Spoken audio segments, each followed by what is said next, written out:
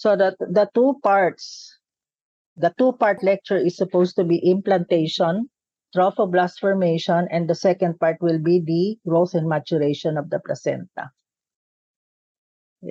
So this is how the entire fetus inside the uterus looks like. And this portion of the placenta is something that we will be taking up in detail.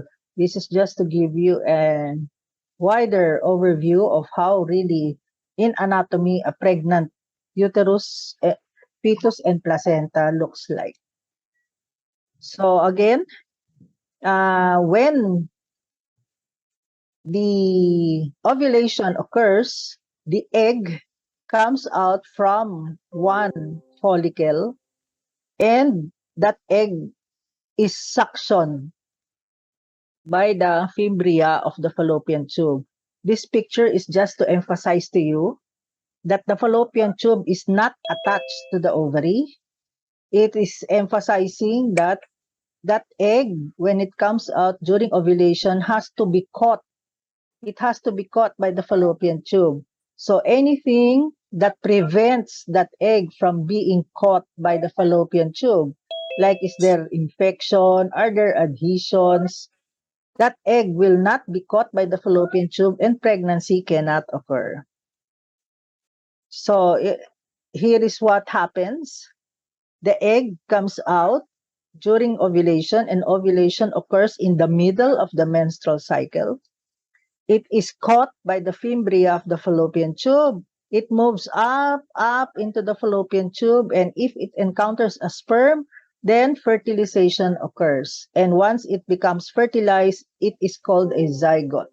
So a zygote is a fertilized ovum.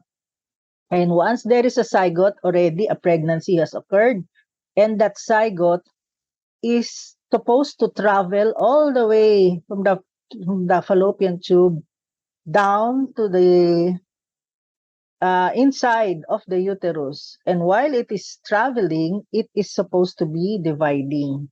So from that zygote, it will divide into a morula, which is from a 4-cell, 16-cell, 32-cell, until it becomes a mulberry-like structure. So that's a morula. And then later on, the moment it enters into the uterine cavity, it is now already in the form of a blastocyst. So a blastocyst is the implantation stage of a pregnancy, and it is made up of two cells, the inner cell mass, which will become the baby later on, and the outer cell mass, which is going to be the trophoblast. So you have the outer cell mass or trophoblast, which is going to be the placenta. So when it is a blastocyst, nandiyan na yung two parts, the baby and the placenta. But initially, it's just called inner cell mass, which will become the embryo, and the outer cell mass, which is the trophoblast, to become the placenta. So this is what was explained to you a while ago, just 1 hour ago. So just to review, wait lang. Okay, so look here down. This is supposed to be the days of the menstrual cycle. Each woman has a regular 28-day cycle, and day 1 is the first day of menstruation. I'm sure this is just a review kasi kanina nyo lang to narinig. Uulitin ko lang kasi importante ang ovarian and endometrial cycle. So in a woman's cycle of 28 days, day 1 is the day of the menstruation. This one is the endometrium. This is the inside of the uterus. This is what is happening in the uterus. By the way, do you see the cursor when I use it to point out the pictures? Yes, Doc. All right. So, this is inside of the uterus. This is the endometrium. This is the ovary. So, this will be the changes in the ovary. And then this will be levels of hormone that are occurring. So, the estradiol and progesterone are hormones coming from the ovary. whereas the FSH and LH are the hormones coming from the pituitary. So again, first day of menstruation is day 1 of the cycle. And in day 1, there will be a rise in FSH. So this is the red arrow. Umaakyat si FSH, follicle stimulating hormone. And from the word follicle stimulating hormone, the follicles will wake up because of the rise in follicle stimulating hormone. So they will start to grow. And there are several follicles inside an ovary. Several follicles will start to grow. And because there are several follicles, the follicles will produce the hormone estradiol. So estradiol is coming from the growing follicles, which were stimulated from the word follicle stimulating hormone. And then as estradiol is rising because of so many follicles, there will now be a negative feedback effect. So estradiol will tell the hypothalamus, oh, okay, that's enough. I have too much estradiol already. Stop stimulating, stop producing FSH. And then that estradiol in the meantime will cause the endometrium to start growing. So inside the uterus, you cannot grow the endometrium. That's why it's called proliferative. It will start to grow and proliferate, but the only way that will proliferate is if you have estradiol. And where did that estradiol come from? It comes from the follicles. Follicles are inside the ovary. So inside the ovary, you have several follicles inside, each containing a possible egg. So each follicle is like a house. Each of them contains an egg, but not yet a full-blown egg, but it will become bigger and become an egg later on. So the estradiol is stimulating the uterus to become proliferative. And then, because it's a negative feedback effect, FSH will fall. Because FSH will now fall, all the other follicles will die. Because you need FSH to make that follicle grow. So if it's starting to die, babagsak din yung estrogen. So not all follicles will live to the point where there will be ovulation. And what happens is, because of the fall in FSH, there will now be an LH surge. And that's the next hormone that appears after that LH surge, and it triggers the event of ovulation. Now, at this point, I would like to tell you that in the beginning, ang daming follicles that are growing. But when FSH is falling, the follicles will start to die one by one, such that by the time it is due for ovulation, you have only one dominant follicle, the strongest follicle that can survive with the lowest level of FSH. Hindi pwedeng marami kayong dominant follicle. Otherwise, if every ovulation you have several dominant follicles, para kayong aso, pag nabuntis kayo, 7, 8, 9. So that is why every pregnancy, isa lang. Or minsan, 2, pag multiple pregnancy. So this is because you only end up with just one dominant follicle. So in case pregnancy occurs, you just get pregnant with one pregnancy. So the point of ovulation is the point wherein the strongest remaining follicle, because of that LH surge, will bring out that ovum. So a very precious ovum comes out at ovulation, and ovulation is determined to occur in the middle of the cycle, usually day 14. And from that ovulation, you will see the follicle na pinanggalingan ng ovum. So the egg came out, leaving behind that follicle. The name changes. So it's just a follicle, but it's now called a corpus luteum. And this time, if previously the follicles were producing estradiol, that follicle will now produce a different hormone under the action of that LH. Kaya ang tawag sa kanya corpus luteum because of the LH. This time, it is producing the hormone progesterone. So it's still the follicle, but this time it's producing progesterone. And the action of progesterone now is to change that proliferative endometrium to become secretory. So what is the purpose of progesterone? It will change the proliferative endometrium to make it secretory.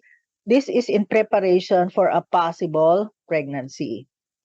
So if there is no pregnancy that will occur, progesterone will send a negative feedback effect again to the hypothalamus. Parang kanina, estradiol, nung mataas na siya, the estradiol sent a signal to the hypothalamus, oh, please stop, there's too much estradiol. So if FSH will fall, estradiol will fall. So this time yung LH naman, and LH will stimulate that corpus luteum to produce progesterone. Progesterone is changing the uterus endometrium into secretory. And then another negative feedback effect. It will now tell that hypothalamus, okay, stop na, there's too much progesterone na, let's stop. And stopping means letting that LH fall. So if the first half of the cycle, FSH will fall, this time the LH will fall. And if in the first half of the cycle, FSH supporting the follicle, when it falls, the follicle will die. This time, if the LH falls, that single remaining corpus luteum will die. And if that corpus luteum dies, no more progesterone. So progesterone will fall. And when progesterone falls, remember, it is the progesterone that is supporting the secretory endometrium. Then that secretory endometrium will die and menstruation will occur because the uterus will eject all those dead endometrium. So that is the cycle again. When that menstruation occurs, the dead secretory endometrium was ejected. We start again from day 1 of menstruation. Kasi menstruation means day 1 of the cycle. Pasok ulit yung, we'll start with FSH, we will recruit more follicles again. So it's just a cycle. That's why it's called a menstrual cycle. So what now happens if we have possible pregnancy? So in the cycle, you see, the first 14 days, actually, hindi naman buntis. That woman is not pregnant from the first 14 days because there is no egg yet. There is no ovulation yet. And so there is no fertilization yet. But because in real life, we do not know how to compute for how many weeks pregnant that woman is, except by using the last menstrual period here, which is the day 1. So logically, if we compute for the age of gestation based on the last menstrual period, there is a 2-week period wherein she is not actually pregnant yet. But because we have no other way of computing age of gestation except coming from the last menstrual period, the gestational age is already in excess by 2 weeks because this is still a non-pregnant age of gestation, because it is only when ovulation occurs and fertilization by the sperm occurs and that zygote is formed, that is the time that she will be pregnant. Okay. Now, after ovulation, there is, if you will remember the picture a while ago, the zygote must travel through the fallopian tube, going inside the uterus, changing from zygote, morula, to blastocyst. That travel time is 6 to 7 days before it reaches the inside of the uterus. So from the time of ovulation and fertilization that will occur here, it will need to travel 1, 2, 3, 4, 5, 6, 7 days before it enters the uterus, and it will look for that very nice secretory endometrium. So this is the day wherein implantation occurs. So all of this time, the zygote is traveling, zygote, morula, blastocyst, and then by this time, it will enter and implant. And the purpose that we are mentioning this is because it will implant, it will open up that secretory endometrium, it will cause bleeding. So if this one, sometimes the woman might misinterpret the bleeding as her last menstrual period. Because sometimes the bleeding is a little profuse or strong that she might think, I'm waiting for my next menstruation. It just came earlier. But actually, that is what we call implantation bleeding. So you will see now the difference in the age of gestation. This is actually the time when she got pregnant. And then you will now see that there is let me go back here. There is what we call the embryonic age. The embryonic age is the age of the embryo. So it is different. It is 2 weeks younger than the gestational age.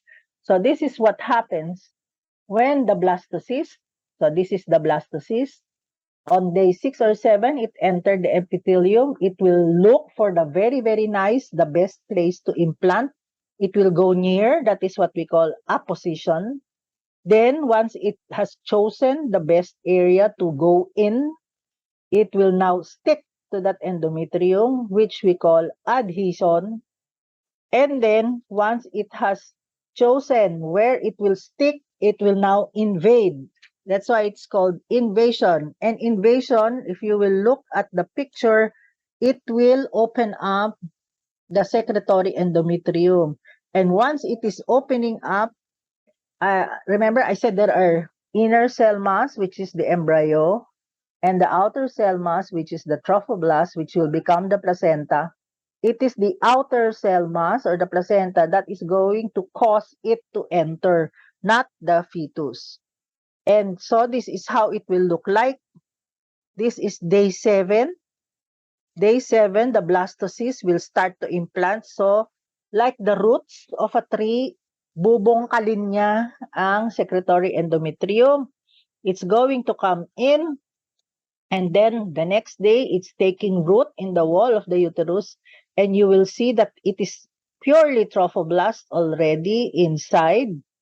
And then by day 9, it will now harvest blood from the maternal blood supply. So dito pa lang, this is the time of day 9 wherein it has now opened up the maternal blood. And the moment you see maternal blood here, this means there is already access to the maternal circulation. And if there is access to the maternal circulation, whatever hormone is produced by the trophoblast, which is HCG, the pregnancy hormone, human chorionic gonadotropin, then that HCG is now entering the maternal blood supply, and therefore dito positive na yung pregnancy test ng mother. Because that HCG already entered the maternal supply. So please compute if day 7 is actually day 22 of the cycle. Day 22 of the cycle, day 23, day 24 of the cycle, the woman is not yet expected to menstruate yet, but she can already have a positive pregnancy test by this time because that maternal blood vessels have been opened up. And then, after that, the embryo by day 10 to 11 is already fully implanted.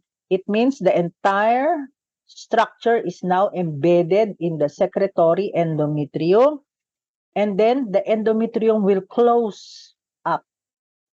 Magsasara na siya.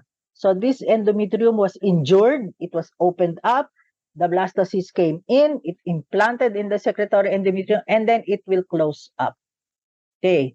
Now, I would like to emphasize that this implanted embryo should stay only in the endometrium of the uterus. It should not go to the muscle of the endometrium of the uterus. Because if the trophoblast entered the muscle of the uterus, then that is an abnormal pregnancy, which you might learn later on we call a placenta accreta. So here, this is the fully implanted embryo. And like I said, that fully implanted embryo should have arrived here by day 10 or 11. What if on its way to the uterus, it stopped here and refused to move?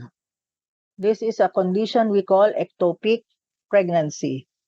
Ectopic meaning it's not in the normal place, so it's going to stay here. That's an ectopic. It will rupture, it will bleed. You have to do surgery or else the mother will die. Sometimes the egg was still in the ovary. The egg was not yet suctioned by the fallopian tube, but the sperms were so eager, the sperm jumped into the egg and fertilized the egg while it was still in the ovary. And the pregnancy remained in the ovary. That is an ovarian pregnancy, another abnormal type of pregnancy. Or instead of implanting up here, it implanted down here.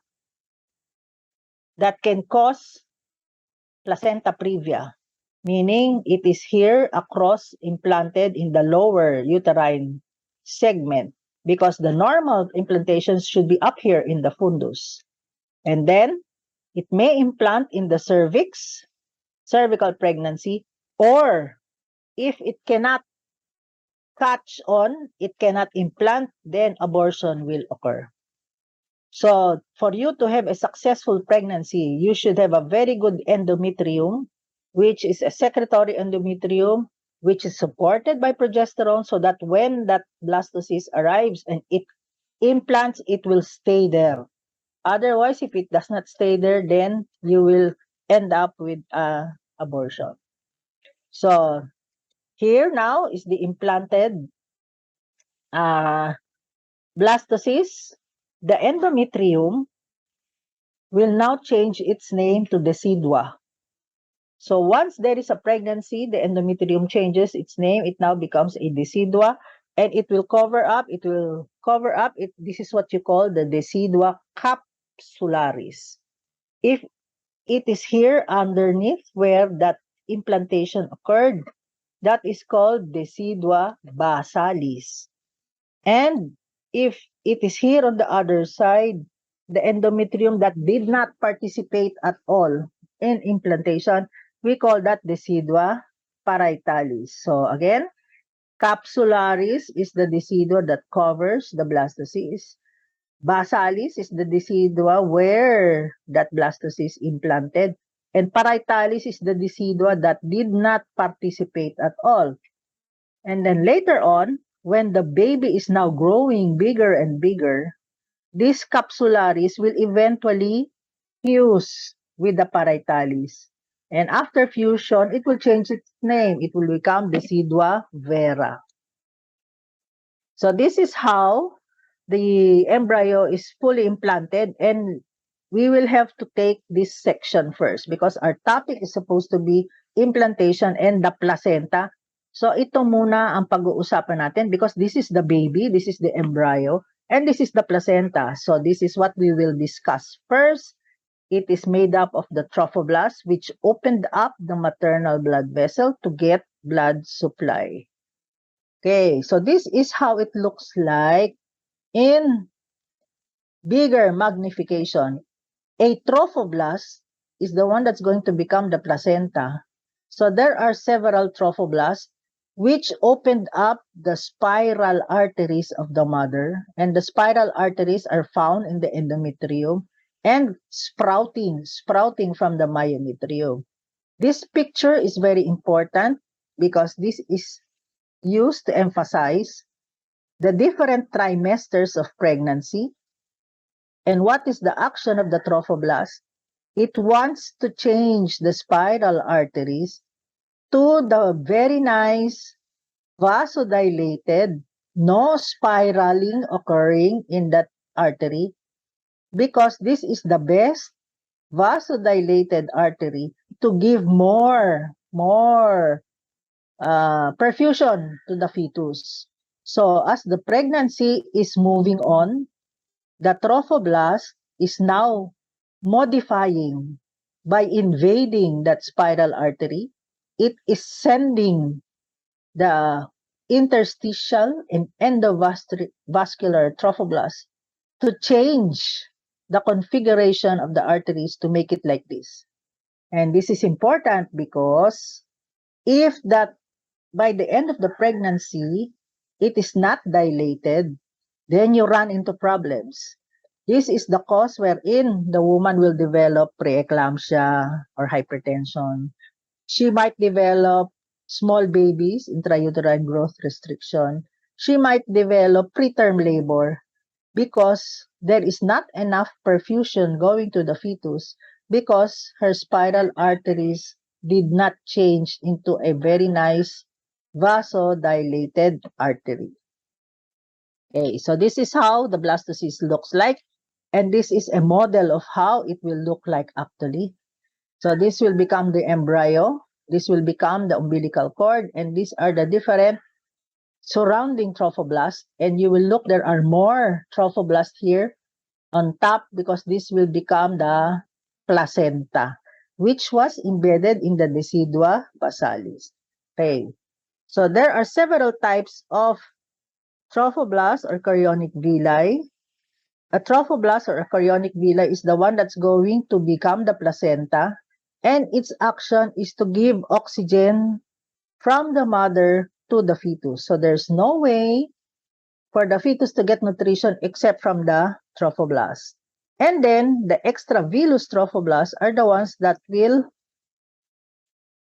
change the spiral arteries to make it dilated. So it can be interstitial, which will surround the spiral arteries, and endovascular to penetrate the spiral arteries. So the villus, their function is to bring the oxygen, and the extravillus is to change the spiral arteries. So again, here, this is the chorionic villi. Look, the interstitial and the endovascular, ang trabaho nila is to change the spiral arteries, whereas the chorionic villi is to bring this to the baby, whatever nutrition is necessary for the baby. So this is just to show you, eventually by first trimester and the mid-gestation, and this is the final change which will happen in the third trimester. Again, I'm showing you this. Like I said, this is important because in pathologic OB, I hope you will remember my picture, because in pathologic OB, there are some women who will not undergo these changes and will end up with preeclampsia or preterm labor or small babies. From this picture, it has been noted that if you have to give medicine to your mothers, dapat dito pa lang binibigyan na ng gamot by the first trimester, like aspirin, so that we can continue to modify the spiral arteries. Okay. So these are the different differentiation of the trophoblast. We have, it becomes a syncytial trophoblast, and it becomes a cytotrophoblast. So it is the inner layer of single cells, and then syncytial trophoblast. So you will have a cyto and a syncytial. So this is to differentiate to you 8 days after fertilization, cyto and then syncytial. Tapos later on, cyto and then syncytial. Kasi yung syncytial yung gagapang. And then by the term, this is now the cytotrophoblast and the syncytial trophoblast. Okay. So ganito ang magiging changes nila pagdating na ng term. So there are lacuna, which means blood coming from the mother, which contains blood supply. It has invaded the decidua to get into the maternal blood, and the decidua will change in shape because it contains glycogen to survive, so that the fetus can survive. It will give nutrition to the fetus. So this is again another picture. This will be the cytotrophoblast inside and the syncytial trophoblast outside. Tapos yung syncytial ang kukuha ng dugo. Saan niya kinuha yung dugo? Sa spiral arteries. galing sa nanay, ibibigay sa baby. Alright? So, it's maternal blood. That is the source of all nutrition for the fetus. Again, like I said, you have villus and extravillus. Villus for oxygen, extravillus for the spiral arteries. And the chorionic villi can be differentiated into primary, secondary, and tertiary. Pag tertiary, meron ka nang nakikitang fetal blood vessel. So, sa umpisa, wala pang blood vessel from the fetus. Pagdating sa tertiary, may blood vessel na yung fetus. So, this is just to show you the primary villi, the secondary villi, at tignan nyo yung tertiary villi. Meron ka nang nakikitang blood vessel. Dapat kasi may contribution yung fetus. Kasi paano pupunta yung nutrition sa baby kung walang fetal blood vessel sa loob? So, by day 17, there should be a functional fetal blood vessel. The circulation is complete and there is a connection between the embryo, which is the baby or fetus, and the placenta. Now, there is an abnormal condition wherein a pregnancy started, but the embryo died early on. So, nag-umpisa yung blastocyst, may embryo, may trophoblast. So, dapat may baby, may placenta. But the baby died. But the baby's dying will not kill the placenta. The placenta or trophoblast continued to grow and grow and grow. But because there is no baby, there is no fetal blood vessel. So this is an abnormal pregnancy wherein it's only trophoblast, wala nang baby. Nawala si baby, namatay yung baby. But the placenta still continued to grow. And this is a condition that we call H-mole. So here, this should be what it looks like. The cytotrophoblast and in situ trophoblast should have fetal blood vessels inside. Kasi yung dugo na galing sa nanay, papasok sa chorionic villi, dapat papasok sa fetal blood vessel para makapunta sa baby. So if there is no fetal blood vessel and it's all purely trophoblast, H-mole or high datidiform mole ang tawag dyan. See, there is no core of fetal vessel, there is no angiogenesis, and this is what it's going to look like.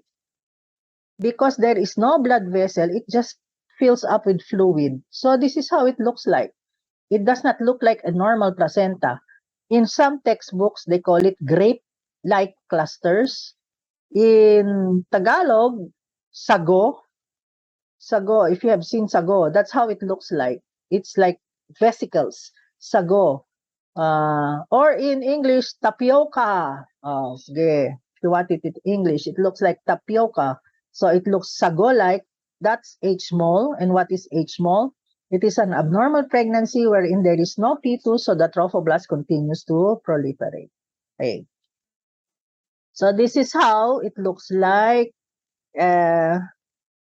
And if you have several placenta, it is a chorion frondosum. That is the chorion that is producing the placenta. And the other part will be the chorion levi. So the leafy chorion is the chorion frondosum, which is in contact with the decidua basalis. And the chorion levi is the chorion, which touches the decidua parietalis. I hope you still remember yung kanina, what is the decidua basalis and decidua parietalis. So, eto sana kung naalala nyo, this is the baby. So, please look at the picture on the left. This is the baby and the chorionic villi that is growing so much to form the placenta is called chorion frondosum attached to the decidua basalis. Whereas the chorion that did not grow is attached to the capsularis. So this is the chorion levi. So ganyan siya. And then later on, this is the decidua parietalis, which I said will later on fuse with the decidua capsularis. It now becomes decidua vera. So ito, nagdikit na sila kasi lumaki na yung baby. So again, this is still the chorion frondosum. So placentang-placenta na siya. Attached to the decidua basalis. This is the chorion levi. Attached now to the naging decidua vera. Okay, now, there are certain important concepts in trophoblast. Bakit pag nabuntis ang nanay, pumasok yung baby sa uterus ng nanay, foreign body yan. Bakit hindi nire-reject ng nanay? It's supposed to be the baby is made up of mother and father parts. So, why is the mother allowing the trophoblast to invade her endometrium? Dapat kaaway siya. So, there are several factors that are put into play. So, yung mga residual natural killer cells, mananahimik yan, pababayaan niya. Yung mga macrophages, mananahimik siya, pababayaan niyang pumasok. So, they actually attract and promote the trophoblast to come in. So, it's a very welcoming. It should be a welcoming endometrium to that invading baby inside the maternal uterus. But then, after welcoming, there will also be a point wherein it will, after promoting vascularization, dapat pahintuin naman niya. So again, nature is very wonderful, miraculous. Bakit in the beginning, the decidua will welcome the trophoblast, and then at a certain point, it will say, oh, stop na. Kasi pag pinabayaan mo, it will invade. Mamaya, mag-invade ng uterus, butasin yung uterus, kumapit sa liver, kumapit sa spleen. So, hindi yun na nangyayari. Because after being very welcoming, it will now stop and say, oh, let us stop first because we will initially allow you. So, there are several substances that are being excreted.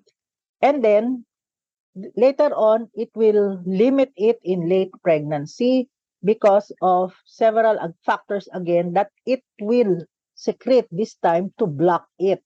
So there is a give and take relationship. We allow first the baby to invade and then later on we will stop it already. Okay. Now, the fetus, the trophoblast will attach to the endometrium by the means of a glue, trophoblast glue, which we call fetal fibronectin. So, again, please remember this term, fibronectin. Siya yung parang pandikit para hindi matanggal yung yung embryo sa endometrium. And if in pathologic OB, nag-labor ang pasyente, preterm labor, nang wala sa panahon, and the placenta is trying to separate ng wala sa panahon, you can test for fetal fibronectin because if you find it in the secretions of the cervix and vagina, it is an indicator that there is some premature separation of placenta kasi na lumabas na yung fetal fibronectin. So fetal fibronectin is an indicator for preterm labor if it is found in the secretions, cervix or vaginal secretion. Now, again, this is what I was discussing earlier about the invasion of the spiral arteries. If it did not invade, you will end up with preeclampsia, fetal growth restriction, and preterm labor. So, this is again a repetition. Ayun, no? Pag hindi nag-invade, bad yun. Preterm labor, fetal growth restriction, and preeclampsia. So, it must be changed into an dilated spiral arteries. Okay. Now, there are several waves. Look at the picture earlier. First trimester, second trimester. Kaya pagka nagbigay kayo ng gamot, late trimester, wala nang effect yan. Kasi tapos na eh. Tapos na yung invasion. So, like you're giving aspirin, you want to help the invasion of the spiral arteries, you have to give it while it is still invading. So that's given in the first trimester onwards. Okay, so it must convert that spiral arteries into dilated uteroplacental vessels. And when do you have the maternal blood flow? It is now found 1 month after conception. Ito na ngayon ang placenta. Anong itsura ng placenta? Spiral arteries galing sa nanay yan. Dugo galing sa nanay, papasok siya sa placenta. So here, it will eventually go up to the umbilical cord, which contains only one umbilical vein and two umbilical arteries. So you will now have the placenta, which you will have here the basal plate, which is the decidua. Ano nga ulit ang decidua na kinakapitan ng placenta? Decidua basalis. Okay. And then, the blood circulation, galing sa nanay, papasok yung blood. Pero, the thing we want to emphasize here is, yung blood ng nanay is not connected to the blood of the baby. So, walang direct connection. Bawal yun. So, the blood of the mother is just there, swimming, and then the trophoblast is just parang marinating in maternal blood. And anything that is in the maternal blood, like oxygen, nutrition, papasok sa trophoblast, but only by the process of diffusion and osmosis. There is no direct connection, and whatever substances, it goes up to the umbilical vein, goes to the fetus, used by the fetus, and then it will go down by the umbilical arteries, and all waste products are sent out this time to the maternal veins. So this picture just likes to emphasize to you, maternal circulation and fetal circulation are not directly connected. And the placenta, as it grows, will develop several cotyledons. Okay, that's how it looks like. First, remember, I said cytotrophoblast and then syncytotrophoblast and then chorionic villi. So we will jump into the next. So like I said, this was supposed to be a 2-hour lecture and we will just see if I can run through the important parts, but you really, really need to read your textbook so that you will understand. So this is just what we took up earlier. So ayan, the chorion, the cotyledon, and then placental growth is common in the second half of the pregnancy. So it is more rapid. Kaya hindi ka agad bumibigat ang nanay during the first trimester because not really so much growth is happening for both the fetus. And then eventually at term, this is how the big term placenta looks like, made up of different compartments, which we call a cotyledon. So this is the umbilical cord that is attached to the fetus. And underneath, you will see the cotyledons attached to the decidua basalis. So this is how it looks like in actual life. This is the baby with umbilical cord. That's once you see the umbilical cord, the shiny part is what we call fetal surface kasi andyan yung cord. So yan yung fetus. And then underneath that will be the maternal side, which is attached to the uterus or the decidua basalis. So the placenta is made up of a fetal surface and a maternal surface. Okay.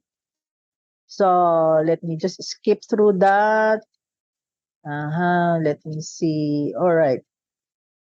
So it's the same. This is what we were discussing earlier. So there must be maternal blood in the intervillous space. There is no direct connection. It will go there. So this is again to show you maternal blood here is just bathing the chorionic villi.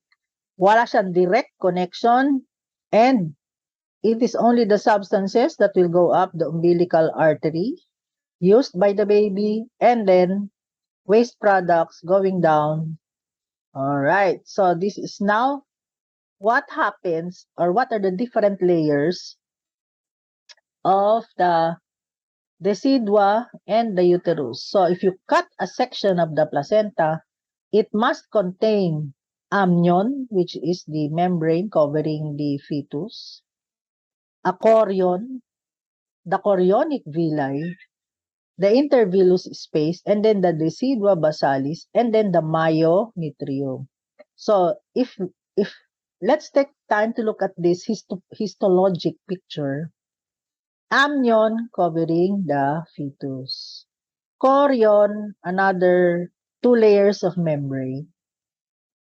The decidua is here, decidua capsularis and decidua vera.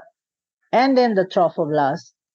And then the myometrium.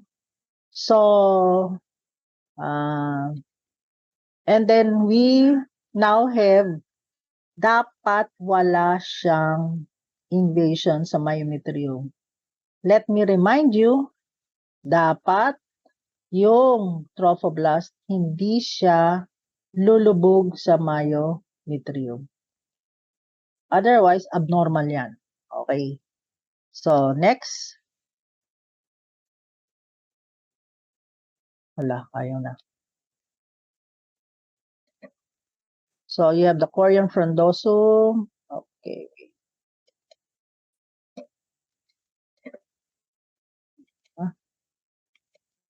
Okay. So, the material surface now, as I said, will have several lobules.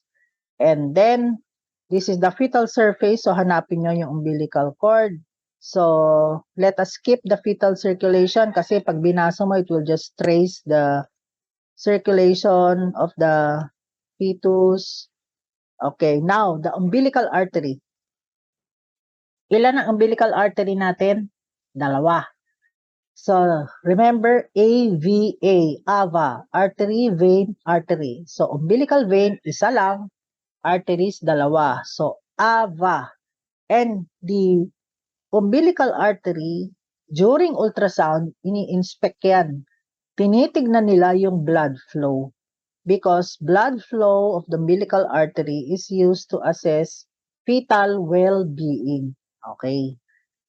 Then, this is just the same, the maternal circulation, but there should be what we say, what is important here is there should be a plane of cleavage. Ibig sabihin, pag manganganak na yung pasyente, matutuklap na yung placenta, kailangan may cleavage plane kasi kailangan mas-separate mo siya from the myometrium. Okay. Now, there is no direct connection so that there is a barrier, but if there is a break, this can occur in an Rh positive fetus and an Rh negative mother. So, if the mother gets sensitized to her Rh positive fetus, you have to give her anti-Rh, which is Rhogam. Otherwise, succeeding pregnancies, the mother will develop anti-Rh antibodies, which will cross the placenta and kill the fetus. Okay. So that's the reason why hindi pwedeng magkadikit ang maternal and fetal circulation. Okay. So the maternal is fetus is actually foreign. Okay, let's see. Okay, what I was saying. All right, now we have to talk about the amnion because it's the one that produces amniotic fluid. And the amniotic fluid protects the fetus. There are several actions of the amnion. It provides the strength of the membrane so that it will not rupture its bag of water. Okay. So one thing about the amnion, there are no blood vessels, no lymphatic, no nerves, no smooth muscle cells. So even if you rupture the amnion, it's not painful. It's not going to bleed, actually. So it resides in the compact layer. There are several functions of the amnion. Do not worry, this is all in the book, actually. Basahin nyo lang yung libro, nandyan lahat yan sa libro. Alright. So the amniotic fluid, pag sobra, it's called polyhydramnios. Pag konti, it's oligohydramnios. And what is the function? So solute and water transport, stretching, and modulated during labor. So, what is the role? It creates a space so that the fetus can move. If it's swallowed, it will develop the GI tract.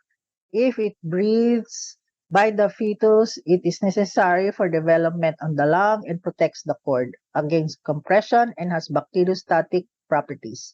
And the fluid is so important because it's associated with possible problems in the pregnancy. And then the umbilical cord, again, I said 2 arteries and 1 vein. And look, this is actually the vein. Ang laki ng vein with 2 arteries. Kasi blood flow from the mother passes through the vein. So baliktad. Oxygenated blood passes through the vein, goes to the fetus, and the deoxygenated from the fetus goes back to the mother via the umbilical arteries. Okay. So these are the remnants of the umbilical cord, and this is how circulation goes on. So I had to really go very, very fast. And I hope you take time, please, to read the book. You do not need to listen to the PowerPoint because everything is in the book. So I will have to end this session because I have to transfer to another session. So I hope you at least pick up something. Yan na, tinatawag na ako. Alright. Wait lang ha.